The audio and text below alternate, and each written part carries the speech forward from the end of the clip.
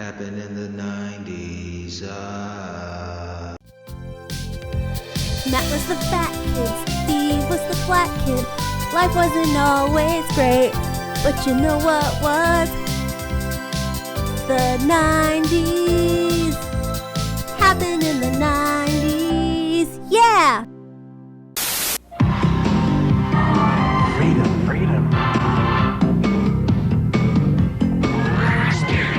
Lady Stetson.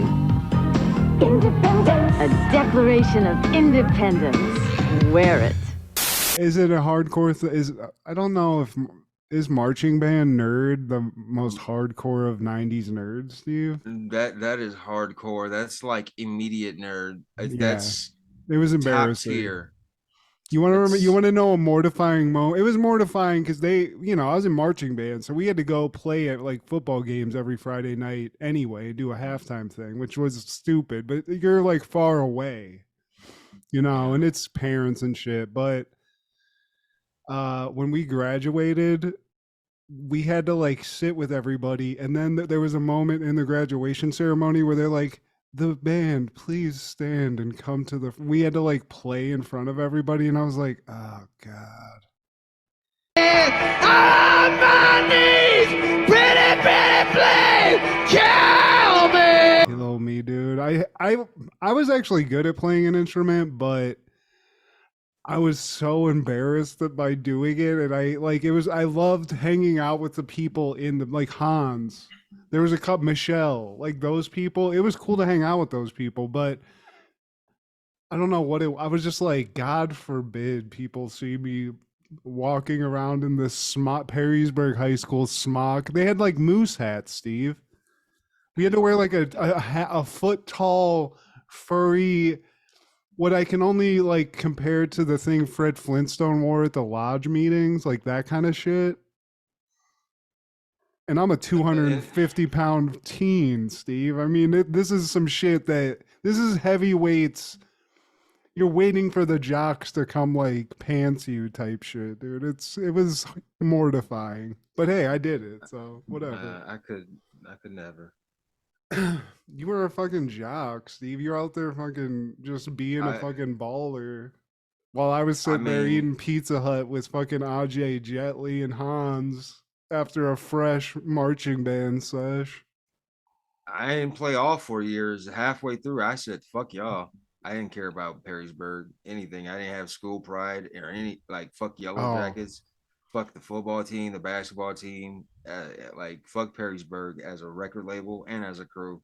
I mean, we both came in late. We weren't like Perrysburg K through 12, And when I got there, man, I hated it, Steve. I made it work, but I hated that place so much when I first moved there. Even if I was K through 12, I'd hate to imagine being there K through 12. I'd be a completely different person. You'd be brainwashed, dude. You'd be you'd be like mowing a lawn in a fucking comfortable sweater right now and some slacks. Jeez. I don't know. I don't know. But yeah, it wasn't my cup of tea. But we made it work, Steve. You and I had some fun there. We had some fun in Bowling Green, a lot of illegal activity, but we made it, we made it our oyster for a while, and then we bounced. Ridiculing Perrysburg, Ohio, I think that's what brought us together. And our disdain for and our love of Stone Cold Steve Austin. Give me a hell yeah! And Raw as War and WCW and whatnot. You, me, and Devin used to fucking just sort of give a rundown of the events of Monday Night Raw and shit. I remember that specifically. I always enjoyed that. Every week, amongst other things. Look at some titties and shit, Oh, that's unprofessional, Steve. That's Scramble Vision. You know who's calling me right now? Doolin. Brendan Doolin. What's he up to? Should have answered. Put him on speaker. He's in jail right now. Oh. No commissary for you, buddy. Well. What's in is out, what's out is in.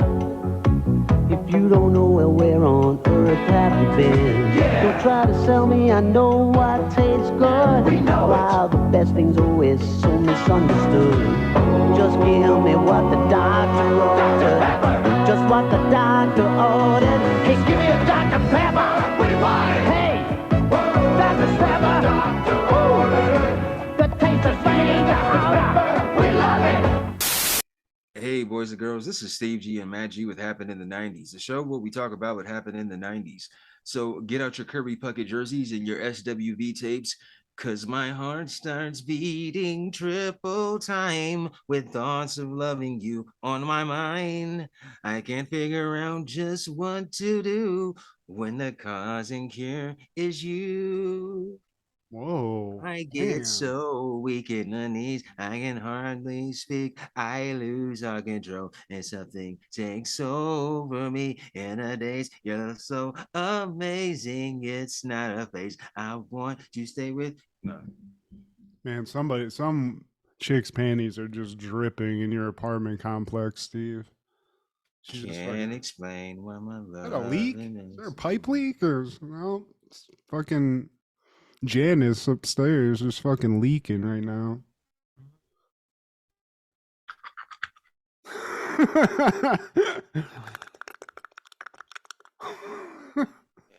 Word to Michael Winslow. You know, he was just on one of those like America's Got. I think it was America's Got Talent, dude. It's like, damn, bro. Can't we get a Spaceballs 2 made and give this guy some work, something, please? Was he a judge or was he like a? He was in the shit. He was performing like to win the shit, and it's like you already won 20 years ago, bro. Yeah, dude, you were in movies and shit when we were little kids. He's a voice instrumentalist, Steve. I think he's had some like really, I don't want to besmirch him too much because I do remember when I was in film school, somebody actually did a documentary about him because they met him at like a doctor's office. And I think he had some like personal tragedy. So I don't want to bring the episode down. We totally can shit on him. That's fine. But yeah, I think maybe he just needed some money. So he's like, fuck it. I got some talent. Yeah.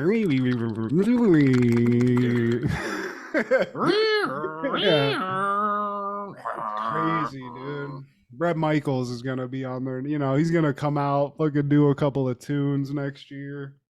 All our idols are just they're falling to the wayside, Steve. They're growing stale. That Father Time, Infinity, and O. And this week, this time around, we're talking about all things October 27th in the 90s. Starting off in 1990. SNL, they're airing the episode with musical guest Mariah Carey and your host Patrick Swayze. Swayze God. That is just peak, Steve. This is Swayze really when he's fully invested, you know. It's all there. The blowout hair, the chiseled features. And I don't want to dwell on this because this is a groundbreaking episode. This is a historic episode of SNL. It will live in the annals of one of the greatest sketches of all time. But before we get into it, I just got to give a big like suck my dick to Peacock because I watched this episode on Peacock. I pay good money. And yet when I watch an SNL episode, it's missing skits. It's missing, you don't see the musical guest. And in this case, Steve, I'm telling you, fucking Chippendales was not one of the fucking skits that they showed on this shit. And to cut that from like where you watch SNL, I mean, eat all the dick. Does Lauren know about this?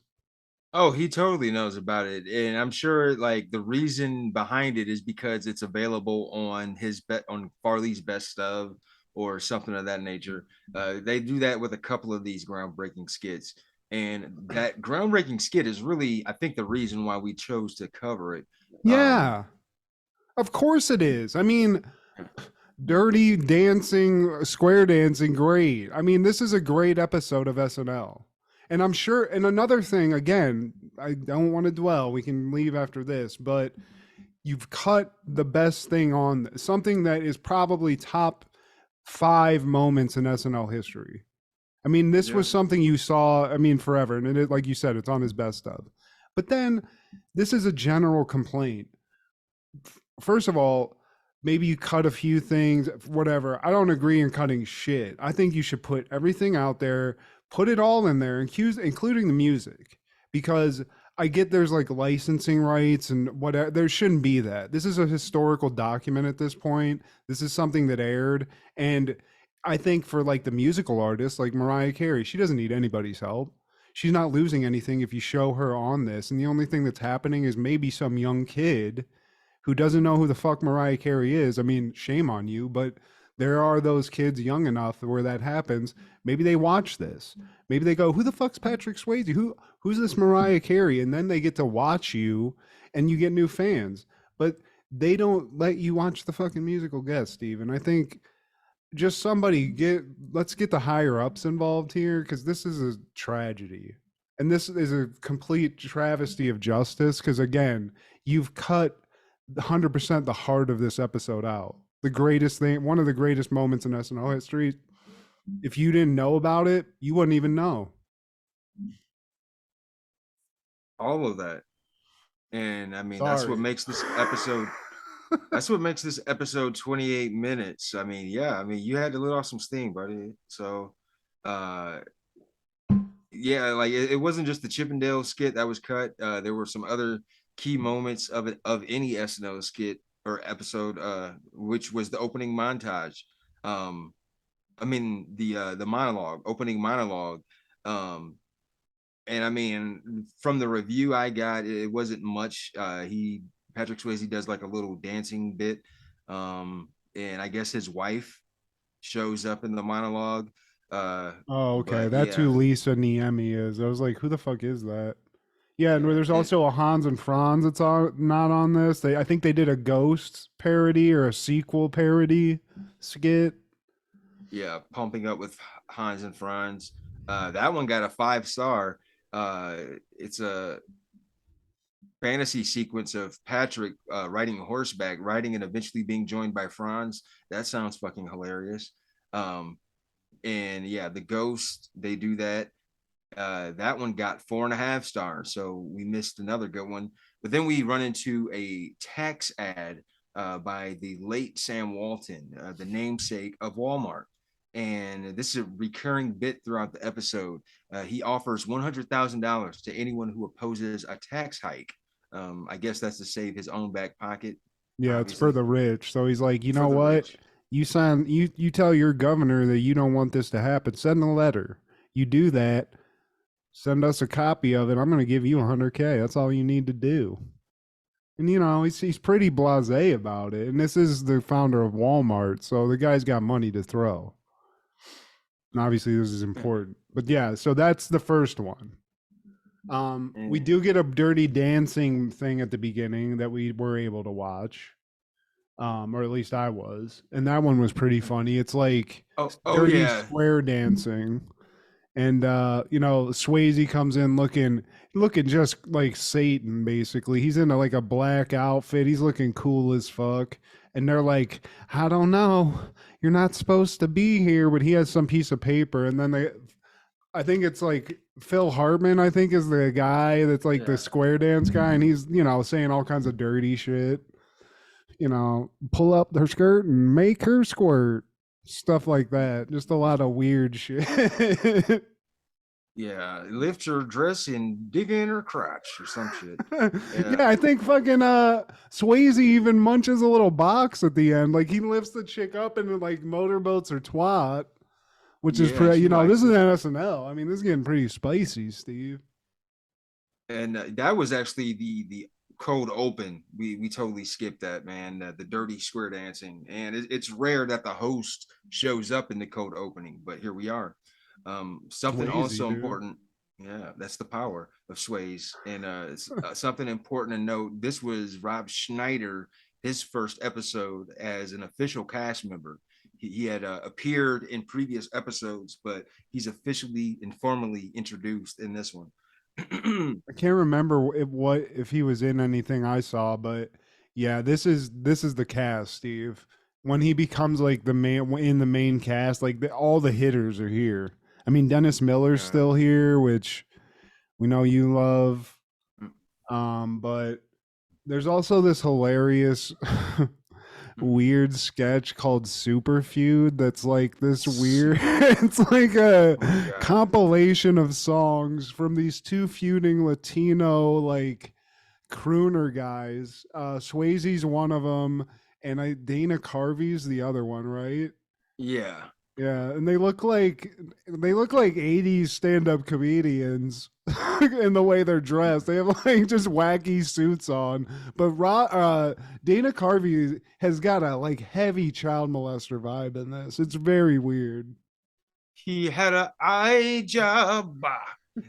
He had an eye job. But then there was another one. He stuffed his trousers. He stuffed his trousers with a plastic penis. Yeah, It fell off in their feud Lima. songs all like ramp up because I think at first it's like 1 ton of fan mail, da da da, and then the other guy's like Yeah. 2 tons of fan mail, da da Yeah. da, and then yeah, they go into the personal shit. So, but it was weird. Like there was a lot of weirdness in this episode, and again, that's why we liked this cast because whoever was writing this, Conan O'Brien, all the hitters. I think Bob Odenkirk was definitely in because he's in one of the skits. Right. But they're writing some weird shit and it's hilarious. And next we have another tax ad with Sam Walton, and he's rescinding his previous deal. He now offers a chance to win a hat. Unlike the first one, this has an actual funny message with Phil Walton realizing he couldn't possibly pay out the insane amount of money he offered in the first ad. And his new offer being a raffle where the winner receives Walton's hat. Yeah, he did the math wrong, Steve. He's like, guys, Oh, I'm sorry. I know what I said before, but that's absolutely insane. So, go about the same thing. If you do this letter thing, I'm gonna put the letter in a barrel, and if this fucking tax thing doesn't pass, if I'm successful, then I'm gonna send you a hat.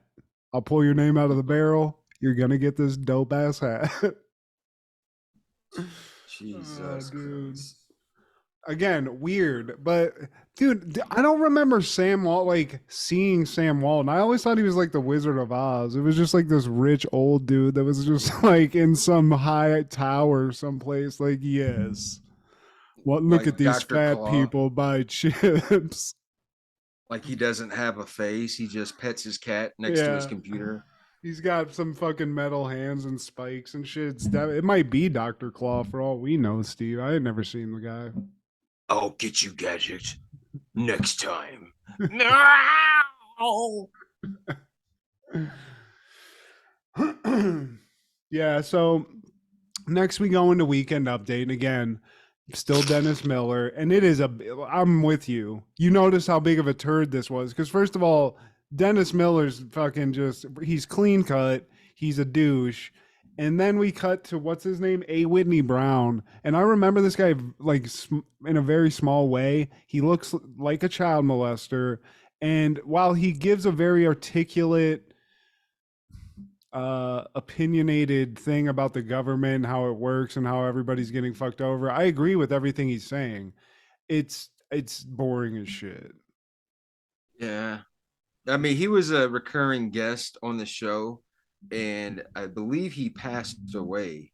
No, I got him mixed up with someone else. No, he's still with us. Okay. He was born in Charlotte, Michigan, July 8th, 1952. A. Whitney, but I mean, he gives like a diatribe about the government, but yeah, snoozer. I mean, this was, hey babe, there wasn't even any of that. There was just like, it almost was like, and a funny thing that happened, I noticed at the end of it, Dennis Miller didn't get to do his full sign off. They like played his music, and you could tell he was visibly pissed off because they like cut his ass off, and he was like, well, and then you just see him go, Pretty hey much. babe. I mean, well, that's how we feel about Dennis, though. But next in order, we have the iconic Chippendales, which wasn't on the episode in Peacock. And we all know about it. Well, me and Matt know about it. It's the breakout for Chris Farley, man. Now he was already on the show. He had done some funny stuff here and there, but this right here, this was welcome to the show, Chris Farley.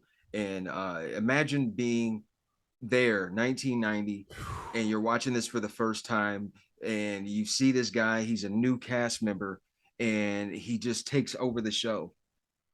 I mean, this was, and you're right. This was like the linchpin moment where it was like, oh yeah, boom, and he's just all over the place. And yeah, dude. I mean, I've seen this skit so many times. It's just like Chris Farley has this way of being like, he's not dumb, but he's just like has this innocent thing where he's always like, does like that kind of shit. He's like, yeah, shyish. And this is so hilarious. And like, also just to have him do this, where I mean, the guy's fat, it is what it is, but like he's next to Patrick fucking Swayze, and I even think David Spade said something about this, like in an interview I watched somewhere, where he's like, I think there were some people that were sort of like protective of Chris Farley that didn't want him to do this because they thought he was just going to be like, people were going to laugh at him for the wrong reasons, Yeah. but even David Spade was like, but once like he was in it and he was doing it and people were reacting to it, I mean, it was meant to be, it's just hilarious. And this is like, we didn't have anybody like this in any, like, at the time we didn't. I mean, just somebody being that size and being fearless about it, like showing and throwing their weight around. Yeah, we weren't around for like a Belushi, we had John Candy, but it wasn't quite this. This was right. This was perfect for us, like our generation. Like, for me, dude, this guy was like I mean, he was an idol, but he was just like somebody I admired so much. And it's sad. I mean, the opposite end of that is just how tragic and shit his life ended up being. And I saw you. I think you pointed this out in a past episode where they're doing like the dark side of comedies. Yeah. And I literally started it for like 2 minutes today, like the episode about him, but I haven't finished it. But yeah, dude. I mean, this was one of his moments to shine. And I mean, it would be awesome to hear like what Patrick Swayze thought too. I was always interested in that, like what he thought of this, and then like to be in that, and to like they kept showing this. Like this is timeless. This is his staple, man. I mean, welcome to the show. This is so cool. What made him an overnight legend. I mean, you went from being like a bit player on a popular show to becoming like, all right, I think after this point, people started writing like starring bits and skits for him. Yeah, Matt Foley, that. And I mean, he would just come into shit and just kill it no matter what. I remember there was like this funny skit I think was also on his best of, it was like this Japanese game show, but he's like an American tourist that's competing and shit, but he, and even in that, he's just like a confused guy, and his intensity and stuff. Yeah, man. He made you, and I haven't felt like this. I mean, I think maybe since Will Ferrell might have gotten me a little bit, like that cast. Yeah. You wanted to watch it that night so you could see what they were going to do with them. Like I remember that, just being excited to watch it. And I was a little kid, like, you don't stay up that late, but even my mom and dad would let me do that shit because everybody loved him. And it hasn't been this way in a while, where like guys like this are performing. It's like he's, every time he shows up, something's going to be funny. Yeah, I mean, he could just be in the background. Like he even does that in this, the white trash bed and breakfast skit, where he's just like in there for a little bit, but he's the bright spot. He'll turn trash into a treasure, basically. And we also miss a Johnny Carson bit. It's a Tonight Show, and Chris Rock plays Arsenio Hall, and Jan Hooks plays Susan Day from Law and Order, or LA Law. I'm sorry. But like I said, that one was omitted from the Peacock episode. And then we go to the White Trash Bed and Breakfast, which is kind of an ensemble skit. It's got Kevin Nealon. It's got David Spade. It's got Rob Schneider. It's got Mike Myers. It's got, of course, the host Patrick Swayze and Chris Farley And the blonde chick too. and Jen Hooks. um, yeah, and it's weird. It's like chaotic almost. There's just a lot of screaming. Like Swayze's acting completely insane, but going for it. That's another thing about this that I like about Patrick Swayze is even like the shitty episode, like the shitty skits. Like I don't really think this one was great, but he doesn't give a fuck. Like he's in there screaming, spitting white bread out of his fucking mouth, just like headbanging basically, and just going crazy. And he goes for it. It's awesome. Well, they had its moments. Like Mike Myers comes in with the dead dog, and Patrick Swayze's like, "Put him in the sink." You want white bread with ketchup or white bread with onions and ketchup? Oh man, it is, but it's wild. It's another weird one. But and then I think even Phil Hartman shows up. He's like the dad, he shows up at the end. He's like, because I Phil think Hartman. Dana Carvey's like he's reviewing it as like a hotel basically. He's like a guest there, and he's ordering some breakfast. And yeah, like while he's like ordering breakfast, that's when Mike Myers throws the dead dog onto the fucking table. Why you do that? And then we go to an even wilder, weirder, what I thought was a funny ass little sketch, the Mousetrap Seminar. Oh yeah, how could we forget the Mousetrap Seminar? Seminar. It helps people who don't quite grasp the concept of a mousetrap. What if can I get the cheese out of the mousetrap? No. Can I smell them? That one guy with the fucking like bandage on his nose. He's like, "What if you smell the cheese? Can I smell the cheese?" What the fuck? There was this guy named Dino Stamatopoulos that I think wrote for Conan O'Brien, and I think him and like what's the guy that does Triumph the Insult Comic Dog? I think those guys, like, I think that guy, I'm almost 100% like him or Bob Odenkirk wrote this fucking sketch. Something wacky like this. Hey, what about rat traps? Robert Smigel. Yeah, dude, Robert Smigel, the weird Greek pervert cook and wedding singer.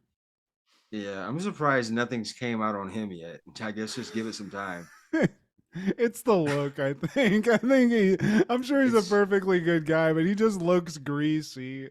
That's why he always plays a guy that's like, "Hey, what's up?" He's always like that guy in an Adam Sandler movie where he's got his shirt off. He's trying to bang some chick. Something weird's happening. And Mariah Carey, something also to note, the songs that she performed were Vanishing and Vision of Love.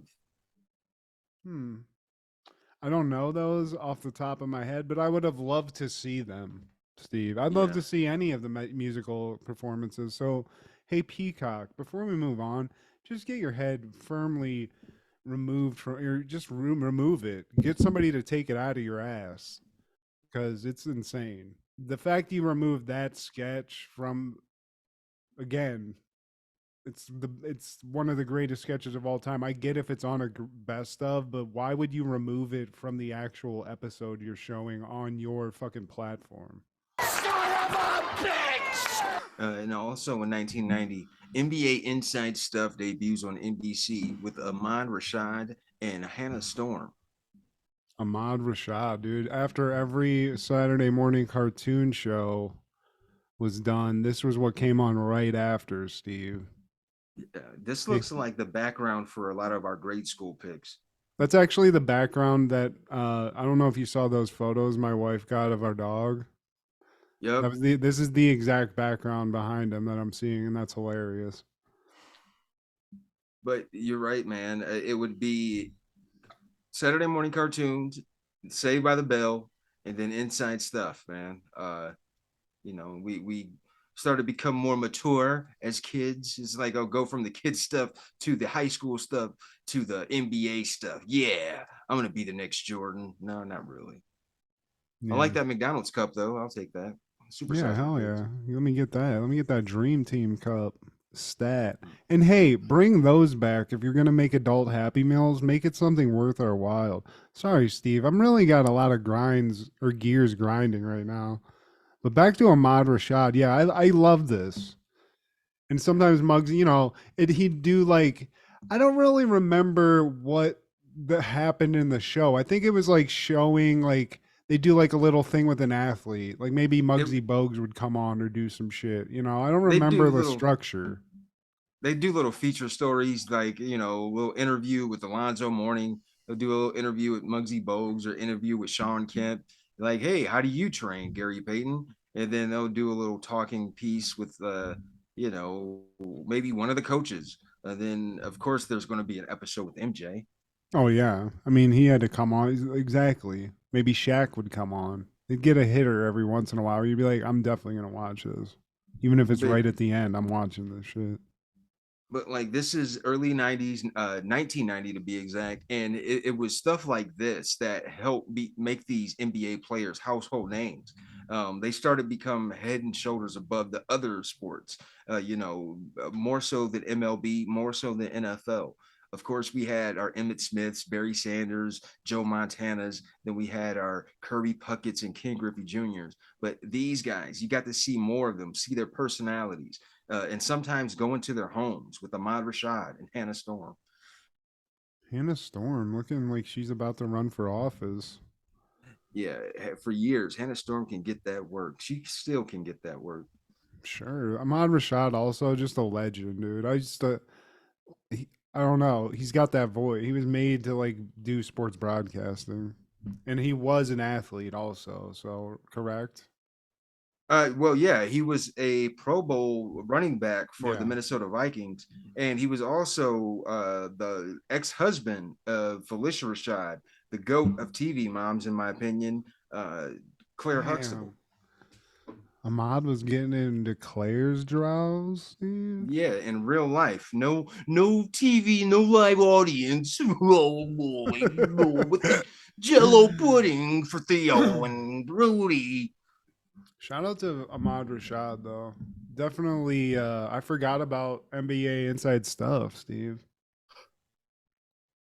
It I'll eased you into forgive the you. day. You had all that sugary cereal. You were just kind of like getting over the disappointment that the cartoons were over, and then this came on and brightened your day. Maybe made you want to go out and shoot some hoops. It was, and then wrestling, and then we had Saved by the Bell, NBA Inside stuff, and then we got to wrestling in the noon, man. And in 1990, also in October 27th, we had Halloween Havoc, pay-per-view put together by NWA. It took place at the UIC Pavilion in Chicago, Illinois. And this was also the final Halloween Havoc produced by WCW under the NWA. As in January of 91, the WCW would split from the NWA. Halloween Havoc, though, what a great name for any event. So they had the marketing locked in on this. Now, who are we seeing in this, Steve? I know there was probably some familiar faces. Now, this one, it was pretty cool. It was all right. It wasn't bad. The Steiner brothers, they had a match against the Nasty Boys, your boys. And what was cool about this one is the Frankensteiner. Scott Steiner, he used his Frankensteiner, and this was for the United States Tag Team Championship. That match was 15 minutes. We also had a match between Doom and Ric Flair and Arn Anderson, and that was won by Doom for the tag team NWA championship. But the main event was Sting defeating Sid Vicious for the World Heavyweight Championship. Yeah. Was that Surfer Sting? Yeah, hell yeah, it was This Surfer is Surfer fucking Sting. Sting. It's God, dude. Sid Vicious I was love the just teed graphics. up. Yeah, that's great. I do like that. Where's the Sting mask, Steve? This Halloween's Sting coming up. mask. Yeah, I want this. And we also had a young Damn. Look at Jim my Ross, client. Steve. Jim Ross and Paul Heyman as vampire. Jim And Ross Tony going as the Schiavone. guy that sang Mambo Number 5, or I don't know. Either that or the Robert De Niro character in Cape Fear, some shit. yeah, he's just laughing, smoking a cigar in a movie theater. Ha ha ha ha! You know what's weird, Steve? You know the movie they show in that Sidetrack Sally? They're showing Problem Child in that movie. That's why he's laughing Oh so wow. hard in that theater. Hey, I get it. It's a hilarious movie. He Damn, should be Paul laughing Heyman, now. dude. Paul Heyman's he's looking great. He at least has some hair, but Jim Ross, I mean, how much fucking puss did he get that night? He's looking suavissimo. My client. Yeah. So that was in 1990. In 1991, we had another Halloween Havoc. In Halloween of a Havoc bitch. 91. Yeah, and this one is at the UTC Arena in Chattanooga, Tennessee. This was the first Halloween Havoc under the new WCW banner after succeeding from NWA. And in this main event, we had Lex Luger defeating Ron Simmons for the WWE. Come on. WCW championship. Come on. Lex Luger Lex Luger. defeats Ron Simmons. I mean, nobody's defeating. He's got bigger guns than Lex. He's the only guy with fucking a physique that can even match this guy at the time. Look at Lex, though. He looks like a trucker that just lifts weights constantly while he's driving. The total package, who really was never the total package, because in my opinion, the total package not only just has the look, he can put on a good match and he can work a mic. The latter of the two, Lex Luger cannot do. Yeah, unless you want to watch a guy shoulder press a dude over his head, which is hard. I can't do it, Steve. But you know what? You gotta at least be able to throw a couple words together. I'm no wordsmith, but I mean, Lex, you were out there fucking suplexing Yokozuna on a fucking aircraft carrier for America, Steve, and yet no charisma. I'm pissed now. It's just a lot of fucking muscle. No drip, just his hair's even fucked up. Like, he doesn't even have it together physically, Steve, because his hair, it's running away from his body. There's too much testosterone. He's got what I don't have too much testosterone, but he has what I have. That gross straw white people hair where it just looks dry all the time. You could put water in that, it's going to look like that. More like the incomplete package. And you know what? The first match was more interesting because the first match was a Chamber of Horrors match. And that one had Sting, El Gigante, the Steiner brothers, Abdullah the Butcher, the Diamond Stud, RIP to Scott Hall, Cactus Jack, and Big Van Vader, RIP. And in this one, blood was popping out. Cactus Jack got popped upside the head with a cane. And I think the loser of the match gets electrocuted. Abdullah the Butcher. Yeah. Abdullah the Butcher got electrocuted on accident. But I guess that's how and that was the opening match, 1991 Halloween Havoc. Man, that's a wild image you're showing behind you. Rick Steiner's in a fucking gimp cage. Also, you know who I didn't like, Steve? El Gigante. I didn't like any of those gigantic tall dudes. It was just all they can do is limp around. You know, that's all he can do. Just look big as fuck. And when he joined WWF, he became Giant Gonzalez, and he had this feud with Undertaker that lasted 2 minutes. Because it should have been. They should never have signed him, and especially okay, physically, you're 10 feet tall. This is awesome. You look crazy. Hey, let's get a weird nude colored suit on with some fur everywhere, where it looks like he's got pubes growing out of his shoulders and tits and stuff. The whole thing was all fucked up. Yeah, let's put a fucking leotard on him that's body size, and he has these furry pubes.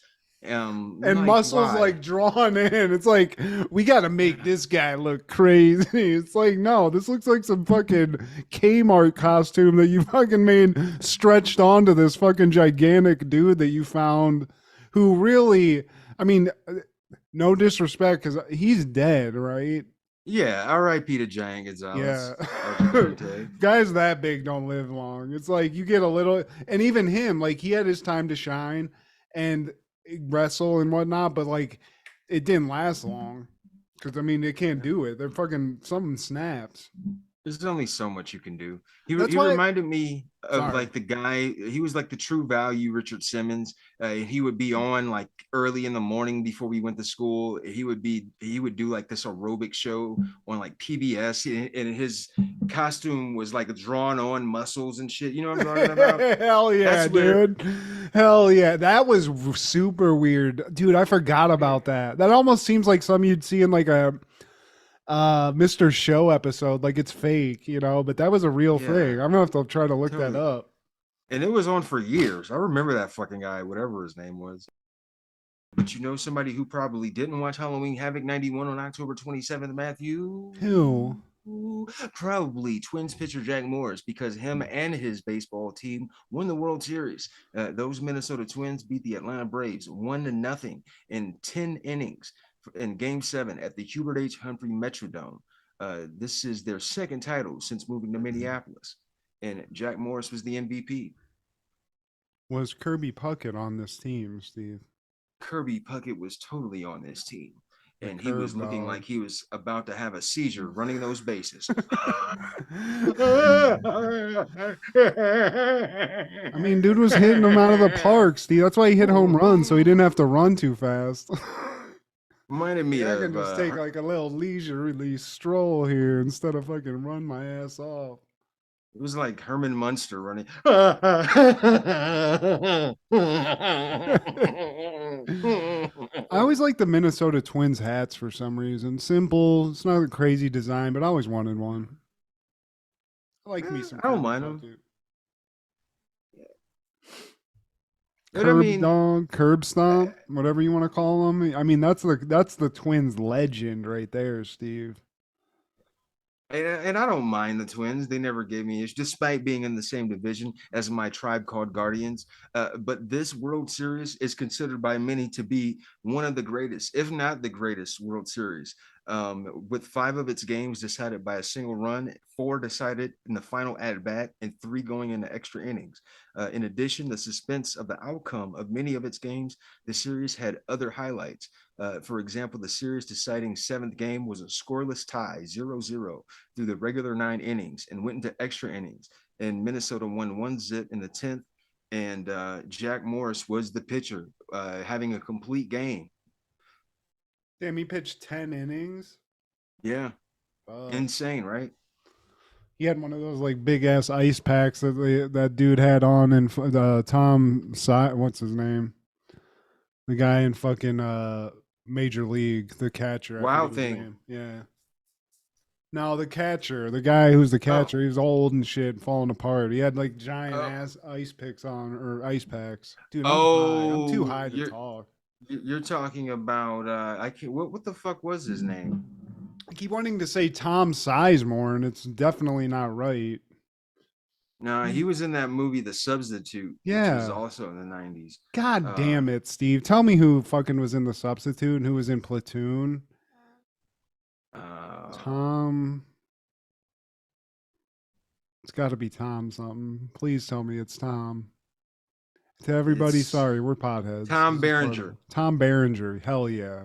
Tommy Berenger, dude. He was fucking ice packed up, and that's probably what fucking Homeboy was after 10 innings. You know, he went back to Minnesota just pounding some beers. You know, they got those guys, these 90s teams, they were partying. Look at that guy on the right. The one guy, whoa. That's mustache, the guy? That's Jack Morris, the World Series MVP. With that mustache, you goddamn right he was. Damn. Fucking just giving him out mustache rides after he won that game. He looks like fucking Randy Johnson. Yeah, try to hit this motherfucker. This mustache, I bet you won't. Dude, he'll eat some pussy and then go just fucking give you a nice jab on the fucking jaw. Just knock you out. One punch, Steve. That was his secret weapon. It's fucking his Da Vinci Code right there. Da Vinci Code. Mustache full of pussy juices. Yep. That's it. I mean, I hope so, because I'm about to rock that mustache again. I'm sick of this beard, Steve.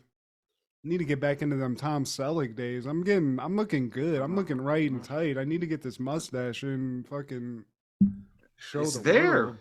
Man, you're in George Michael territory. No, I'm not that sexy. I don't got that crazy earring and that vibe, Steve. But I might go into a fucking men's room and just stomp my foot and see what happens. You gotta have faith. But in 1992, SWV releases their debut album, It's About Time. And it's got the tracks right here. I'm so into you and weak in the knees. I can hardly speak. I lose self control.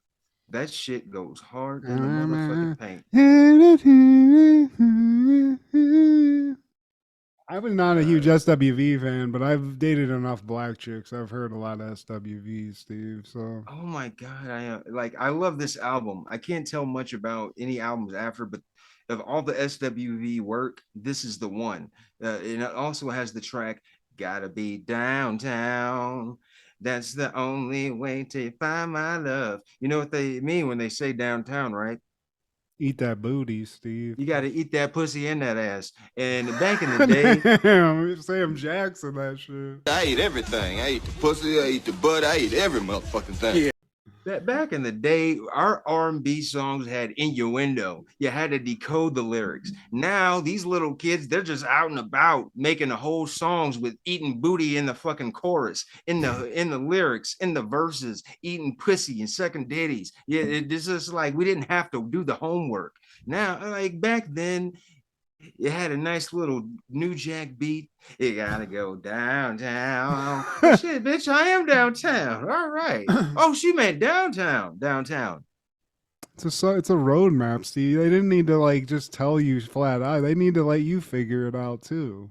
But they'll lay it out for you. You just got to put your mind to it a little bit. These kids now, it's just like They don't want to there's do no the room work, for man. wordplay, Steve. They want the immediate response. They want the instant gratification. They don't want to have to search for shit, work for shit. Just dig up in your Google phone. Yeah, I mean, and also the level of like porn and shit, it's getting wild. I don't want to sound like an old man, but you're looking through some porno every once in a while, you'll stumble upon some dark shit.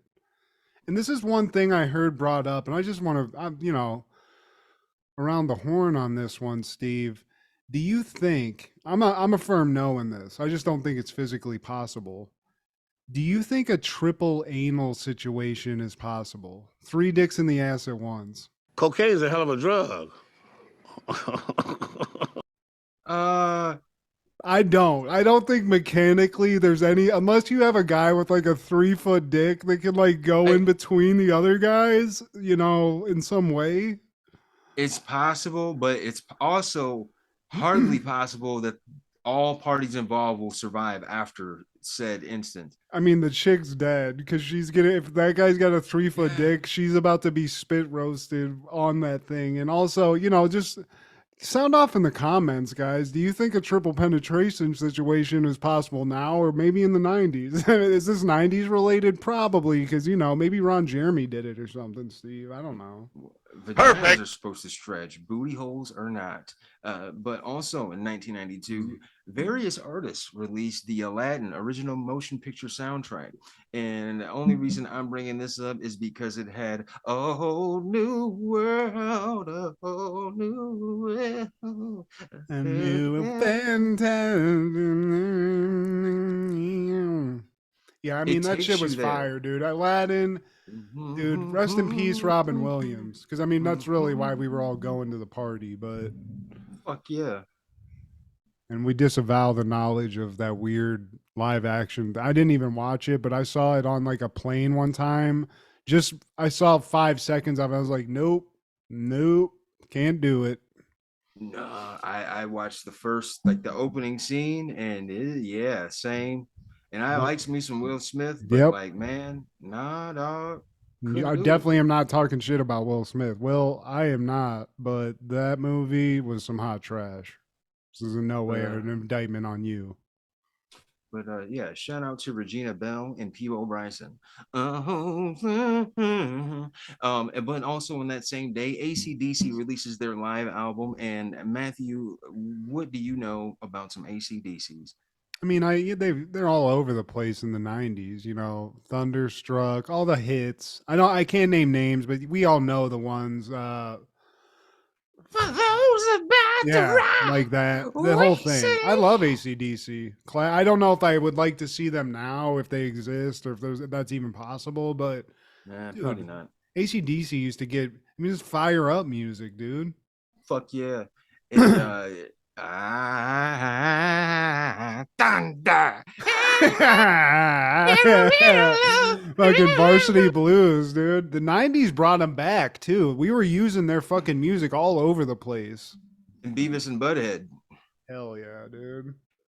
They're from the same class as the Aerosmiths, as the Kisses, but and you know Aerosmith, like you get a pass, you got some shit up over. Kiss, fuck off. But this shit, they rock. And these are one of those groups where I feel like they embody rock and roll.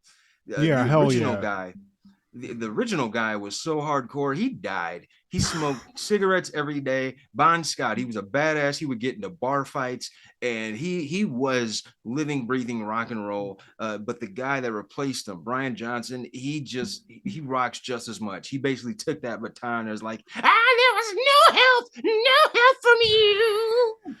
It's that voice, dude. They got a singular voice. They got Angus Young looking insane like a little rock troll in a schoolboy outfit, just killing it. Yeah, dude. I mean, I'm not gonna ever besmirch AC/DC.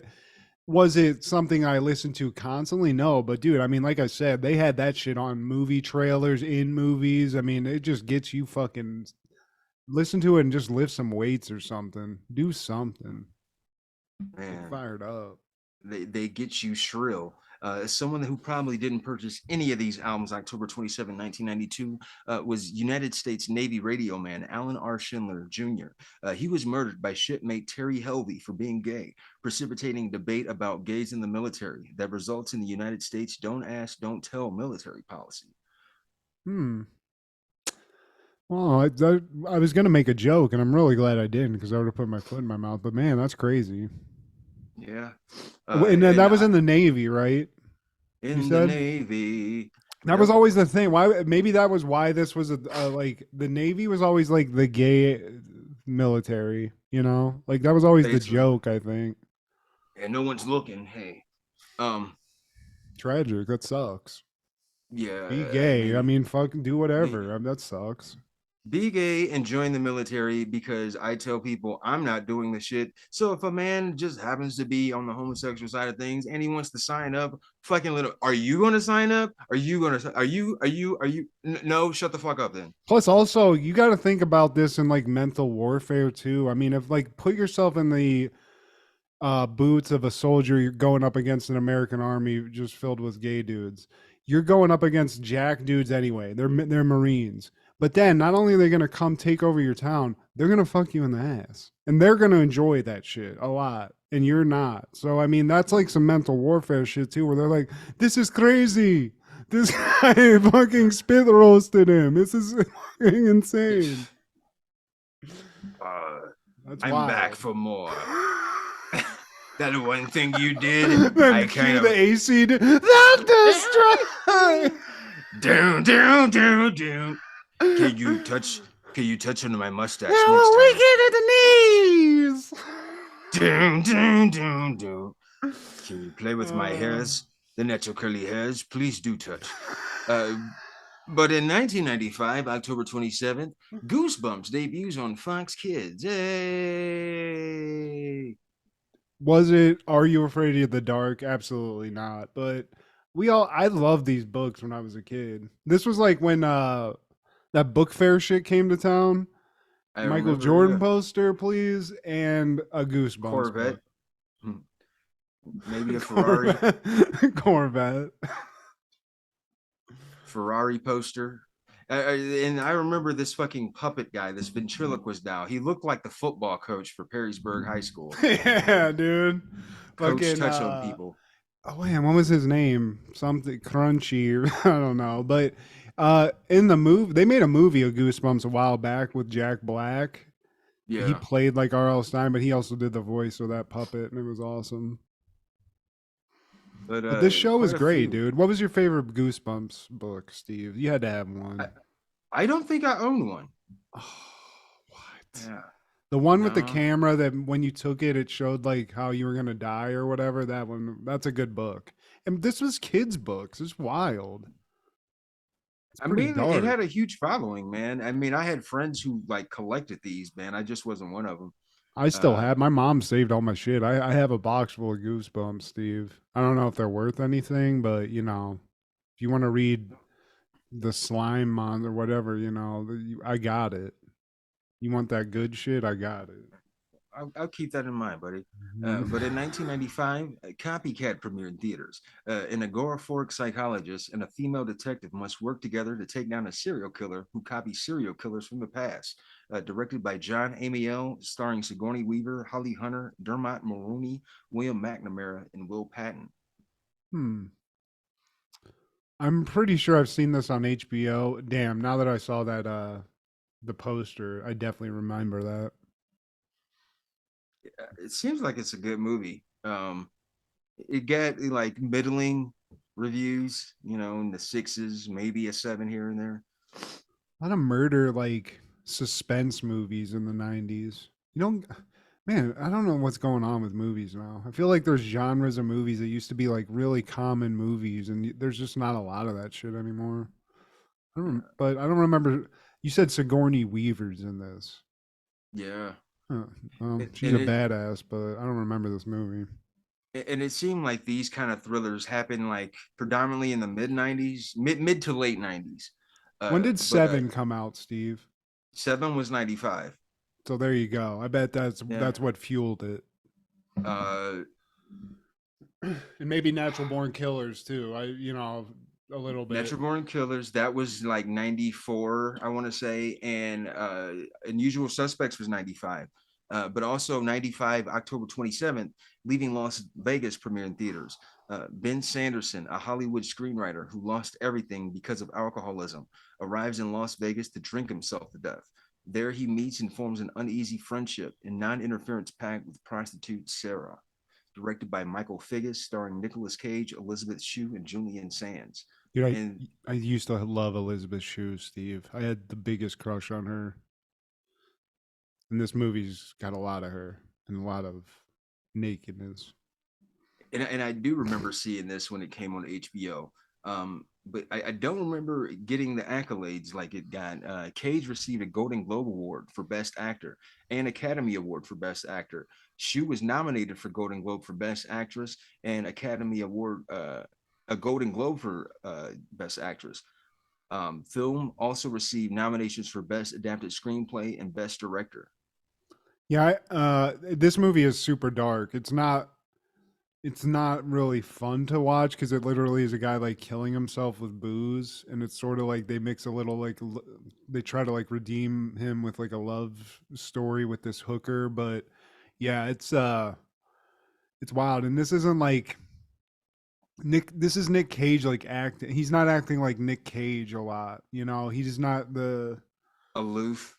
well, not that as much as like that over the top, like that face off Nick Cage, that like 90s action movie Nick Cage. This is more of like a subdued, it's a very like cerebral, slow, brooding. It's like a character study movie. It's not something you want to watch like with a bunch of buddies, you know. It's pretty dark.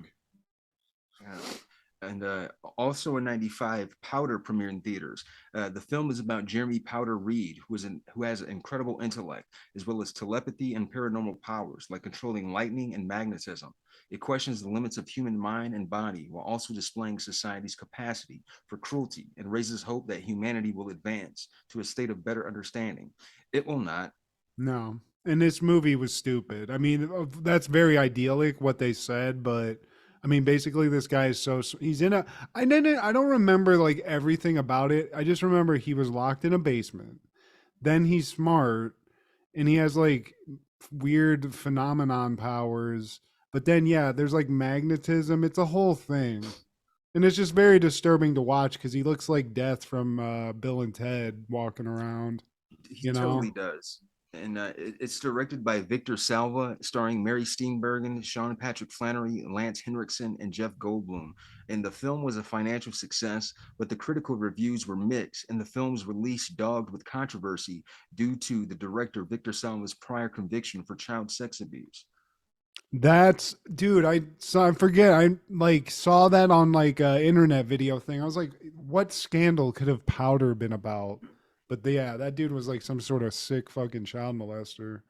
And the movie, you know, it was a thing. It got big. I remember this like popping off where you were seeing it on TV, and obviously there was a lot of people renting it and shit. But yeah, this movie was a dud for me. I remember even as a kid, I was like, nah, I'm good. And also in '95, Vampire in Brooklyn premiered. Ship docks in Brooklyn with all its crew dead, but someone gets off and the killing continues on land. A Caribbean vampire is searching for a specific woman, half human, half vampire. Directed by Wes Craven, starring Eddie Murphy, Angela Bassett, Alan Payne, and Kadeem Hardison. I mean, I remember loving this movie. It's not the top anything, but it's Eddie Murphy. You got a lot of hits on this, and I mean, it's funny. It's got this weird.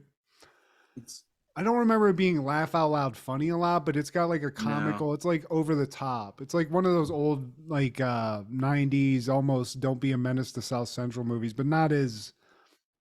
They're not like that is. Yeah. It's not a parody, and It also had John Witherspoon, R.I.P. But on IMDb, it got a 4.8, I believe. Nah, that's false. I mean, it's enjoyable to watch, but this was like, I don't know. This is like a weird time. They were trying to figure Eddie Murphy out a little bit, and this one came out. It's cool that Wes Craven made it. I think that's really fucking dope because he is a legend. But yeah, you know, other than having Eddie Murphy, if it was anybody else, I wouldn't watch it. I think this is before he reconfigured himself into the next realm of his career. This is before Nutty Professor, and I feel like Nutty Professor is kind of when he's like, "No, dude, I need to reclaim my place as the king, the real king of comedy." And Nutty Professor didn't happen until that following year in '96. Speaking of '96, Pop-Up Video premieres on VH1. And they need to bring that back, man. You know, you new millennials, we watch music videos and they forced us to read little tidbits about things.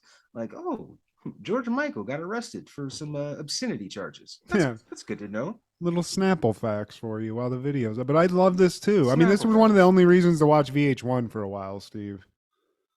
Yeah. Really. The drummer of Def Leppard lost fucking one arm. But he's still drumming. No, that's fucking crazy. He's the drummer. I thought you needed all your limbs. Well, not this motherfucker. He uses his dick. Yeah. that was actually on the pop-up videos. See, they would never understand. But also in '96, Halloween Havoc '96 this time. This event was notable for the first appearance of former WWF wrestler Rowdy Roddy Piper. He makes his appearance after leaving WWF the previous month. And they left WWF and they just said, "Fuck, get me on tomorrow. I'm out Saturday from WWF. I want to be on fucking Monday Night Raw Monday. Fuck it, dude. Look at Hogan, bro. And Evil Hogan." Oh, this was the day. These were the days, Steve. We probably watched this and look at that. Yeah. It's almost like Sting and Hulk Hogan mixed, like smashed together. That's great. Dude. Hulkster. I love Hulk Hogan, Steve. Here's one of my goals. He has like a restaurant somewhere in Florida, I think in Tampa. We got to go to Hulk Hogan. He shows up and does karaoke on Tuesdays, Steve. I've heard about it. It's a thing. We got to go. And I mean, he's one of my legends, man. Like, I would love to meet him. Like, I just hope he doesn't have that kind of haircut. Even Michael Buffer's like, "What the fuck have you got on?" Yeah, he's like, "Dude, what? You left." I don't remember like this Hulk Hogan, Steve. This fucking, he's really fucking embracing the short do here, and I miss the weird fucking wet blonde locks that he used to have. Yeah, I don't know. I miss this too, but Halloween Havoc 96 was wild. Hold it the fuck. I don't know Did Guy what's going Fieri on. produce this fucking Halloween Havoc, Steve? What the fuck? I don't know if that's Photoshop or if Macho Man's being petty. Yeah. Yeah. You look ridiculous, brother. Hairline. Just let it go, brother. Yeah, you can't comb over for too long. Oh man, dude, they had a nice blow hookup that night, Steve. Everybody just went wild. They were like, "Fuck it." That looks crazy. That's insane. And the main event in this one was Hollywood Hogan versus Macho Man, and Hogan won, of course. But in 1997, Alonzo Ball, American basketball player, is born. He is the first star of the Big Baller brand, the oldest child of the Ball family. His younger brothers, LeAngelo Ball and LaMelo Ball, who's an actual all-star. But yeah. How's this guy doing? They're all doing like semi decent though, right? Aren't two of them on the same team right now? Well, he's doing well. The youngest brother is the one that's doing the best. He won Rookie of the Year, and he was an All-Star, I believe, or he will be. And but the middle child, it's always the middle child. He just can't make a roster. He was on the Hornets with the younger brother. Then they just cut him. They give him like 10-day contracts, and he can't cut the mustard. But Lonzo, he's currently with the Chicago Bulls, and they're doing well. Nice. What's that guy? There's like a bald white dude that's on there that looks like he's like 20, but he looks 50. AC. Yeah, he was on the Lakers, I think. Caruso. Yeah, he won a championship. Caruso, yeah. He always wears the headband. But yeah, he looks 50 years old. In 1998, Dru Hill releases their second album, Enter the Dru. And this, just like the SWV album, it reflects the time that we were in. Listening to Enter the Dru, it gives you that late R&B vibe. Whereas the SWV, they have a certain New Jack Swing, like Teddy Riley, Babyface influence sound. These guys, it's more of that Jermaine Dupri-ish, like I said, late 90s. And Cisco's in Dru Hill, right? Why, there he is. I was gonna say, I know that hair. Yeah, I don't remember. I mean, Dru Hill. I mean, how many they were dropping panties, and then Cisco went and fucking, I guess, outgrew them a little bit and got some platinum hair and said, "Fuck it." Just like a truck. But on this album, they do a Keith Sweat remake called "How Deep Is Your Love," and I know you will love this, Matthew. Yes. Okay, I'm in. If you say Keith Sweat anything, I'm in. I've been listening to a lot of R&Bs, Steve. A lot of it recently, shit. Even working out. I've been listening to I mean, this isn't the greatest example of R&B, but he's got some hitters. Even Jamie Foxx has some fucking hitters, dude. Oh yeah. He had one album that I think Kanye like helped produce that has Buy You a Drink and shit on it, dude. There's some bangers. Are you talking about T-Pain? That's T-Pain. No, but there's like a song there. He has like a T-Pain song on it. I'm just trying to remember. It's got like I don't know. There's a song called Weekend Lover, and that's just, I know there's some middle-aged women just fingering themselves to it. You're talking about Unpredictable, not the usual. Tonight, so I don't know. I just know Jamie Foxx has an embarrassment of riches. He's acting, he's handsome, and he can like croon. So, you know, bow down, I guess. But yeah, R&B dude, Cisco. Let's get some Cisco on here. Let's make it moist in here, Steve. Make them say yeah. In 1999, South Park airs the episode Korn's Groovy Pirate Ghost Mystery. The rock band Korn visits South Park during Halloween to solve the mystery of the pirate ghosts that are terrifying the town. Yeah, this is, I mean, season 3 of South Park, and they are so famous. They got Korn. They got fucking They Korn. got at the height, Steve. And I gotta say, at the end, we don't have to like go all the way to it, but at the end, when they play this shit, I was like, I gotta get some Korn in my life again. Song from Issues. Falling away from me. They actually have a Halloween intro, special Halloween episode. And then we start off, there's a 102.1 FM, extra easy listening. And they're announcing that Korn is coming to town for performance. And we see the kids, they're getting ready. I guess they want to get in on this Korn action. And we cut to was it Uncle Ned or Uncle Jimbo? Yeah, Yeah. I got them mixed up. No, And Jimbo's Ned, the guy. Ned's the one that can talk. yeah, Uncle Ned and Jimbo. And he's like, this ain't a horror house, it's a horror house. Yeah, they fucked up. And there was a lot of guys pissed off.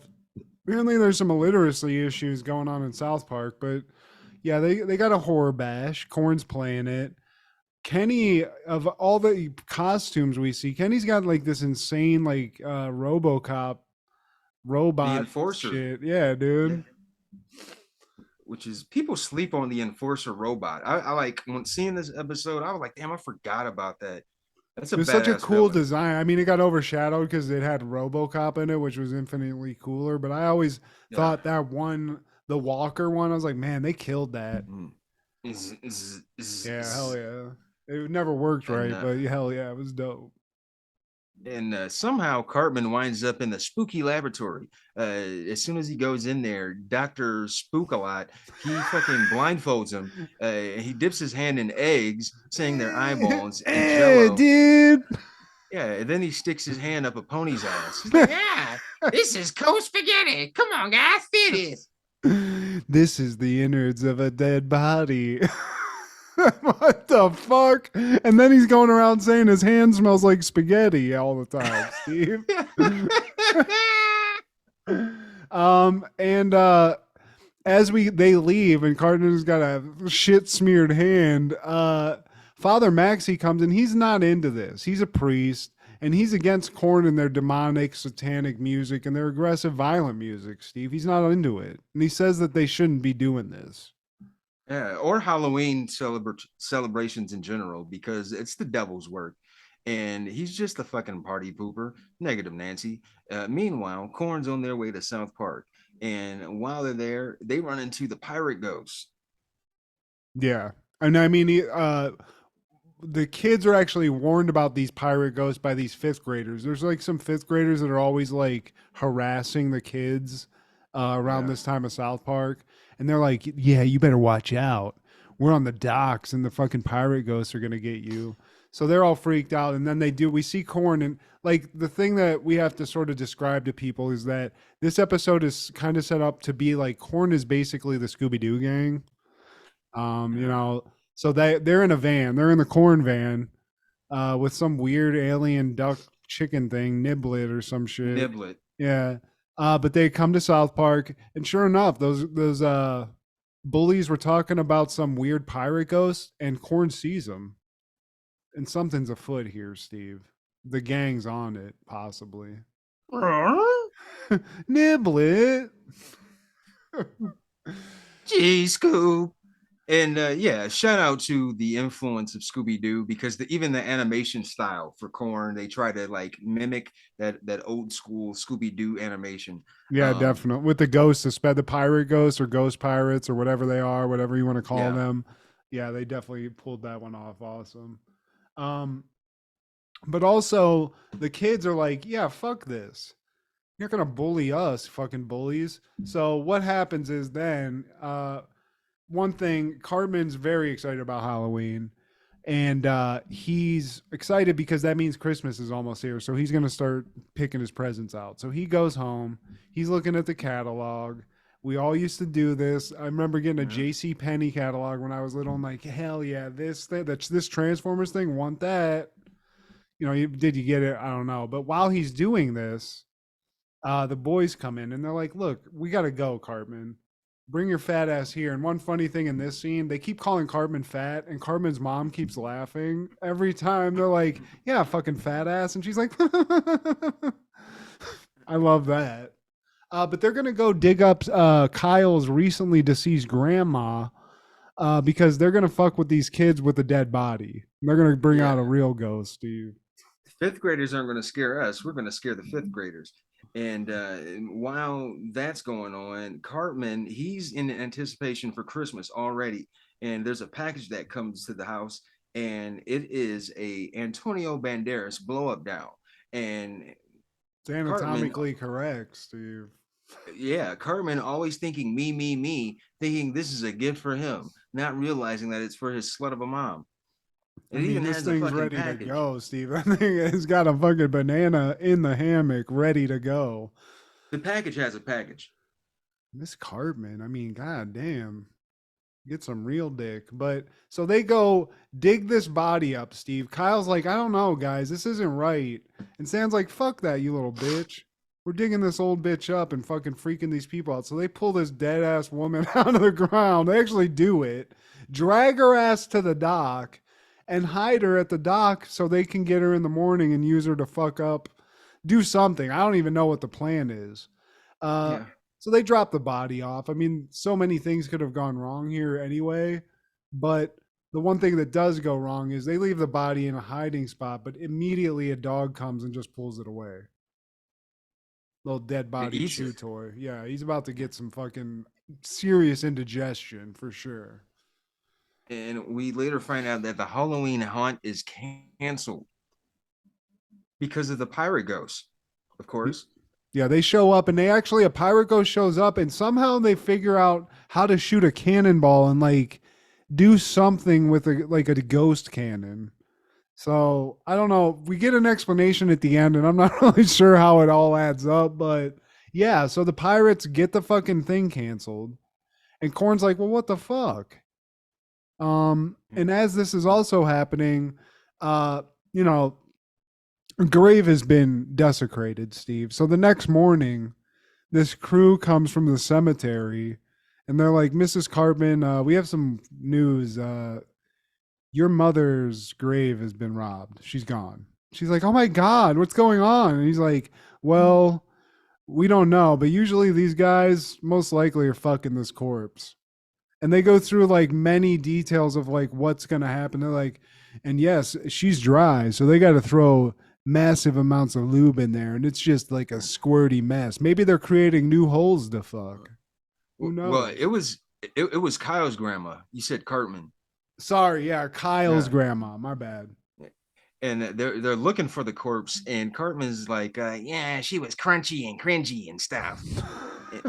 and they're on the lookout for the grandma, as well as try to find these pirate ghosts and get rid of them for good. And then Fieldy's glasses fall off and he gets duped by one of the pirate ghosts, and they're just like, boo. It's like, Jonathan Davis, is that you? Boo. Yeah, that sounds like a great album. Yeah, remember that. And I didn't even catch that line, but yeah, then Jonathan Davis shows up and he's like, what? And classic also Snoopy Doo shit. Yeah. Or Scooby-Doo. They actually use like the music too, like that's kind of like reminiscent of the Scooby-Doo episodes. Yeah, they really did a good job. I mean, South Park, you can never compliment them enough because they always killed it. And I love this fucking episode. But I did like, just like how innocent they made Korn. They're like, you know, Korn's this aggressive band. They're just like, hey guys, golly gee. You know, it's fucking hilarious. And then at the end, whenever because they solve it by basically Scooby-Doo shit. They see like a thing. They pull it, and Father Maxie's the ghost, and he's like, the way they explain it too, they're like, he used a matchbook and some gum, and that's how he made the ship and shit. It's like, what the fuck? And two squirrels, yeah. And like, so basically, you did evil things to basically like counteract what you call as evil. Someone called them out on. Ain't it always the case, Steve? That's how it always is, Steve. They've been trying to manipulate us and trick us. Manipulation by manipulation. But then Korn at the end, though, they're like, yeah, guys, this is great. Yeah, we're going to play a song. Gosh! And then they get all crazy and shit, and they actually play it, which I love, so. Beating me down into the ground, feeling so sound. Right. Yeah, that shit. Issues, it doesn't get a lot of credit, but it's a dope ass album. I love that shit, and it had cool art. The weird dolls on the front. there was a fan participation or kind of deal where like you send in your art or what you think the album cover should be, and they picked like 4 different covers. I had the popular one with the little brown rag doll. Yeah, that's the one I had too. That's the one I remember. But I forgot about that. You're right. It was like a fan submission thing, which is super cool Yeah. too. But someone who probably didn't watch this episode in October 27, 1999, probably the New York Yankees, the New York Fankies, the New York Stankies, because they defeated once again the Atlanta Braves, winning their 2nd title in a row and their 25th in franchise history. This was the baseball classic. And the Yankees closer, Mariano Rivera, who comes out to enter the Sandman, one of the baddest ass theme songs for a closer. He was the MVP. That's sick. See, that is like some major league shit, dude. You're just feeling yourself. That's dope. I forgot that was part of baseball where like the closer comes out to some straight something cool. I would prefer being a closer just because of this. Hell Like, yeah. oh, Dude. What did they fucking get a Randy theme song? Johnson come out to, dude? You know he came out to some fucking crazy shit. He was probably some Garth Brooks shit, but He was an opener. I don't know if openers had, he was a starting yeah, that's pitcher. true. Uh, That's dope. I remember though. one Fucking guy. wild thing. Yeah, dude. I remember one guy had the Ultimate Warrior theme song. He wasn't like a superstar closer guy, but he came out and he would run rampantly. He was like Hell a fat yeah. I was guy. gonna ask He if he would come out. sprinted, dude. It You was have great, to. man. That's part of it. If you got that music going, you have to sprint. Any comebacks, canker sores, reach arounds, good sir. I already said it, but just hey Peacock, don't fuck me again. I'm giving you good money. I want the full episode. And the logic, whatever logic's being used to omit these things and the musical guest, stop. Stop with it. Bad. What about you, Don't Steve? do it.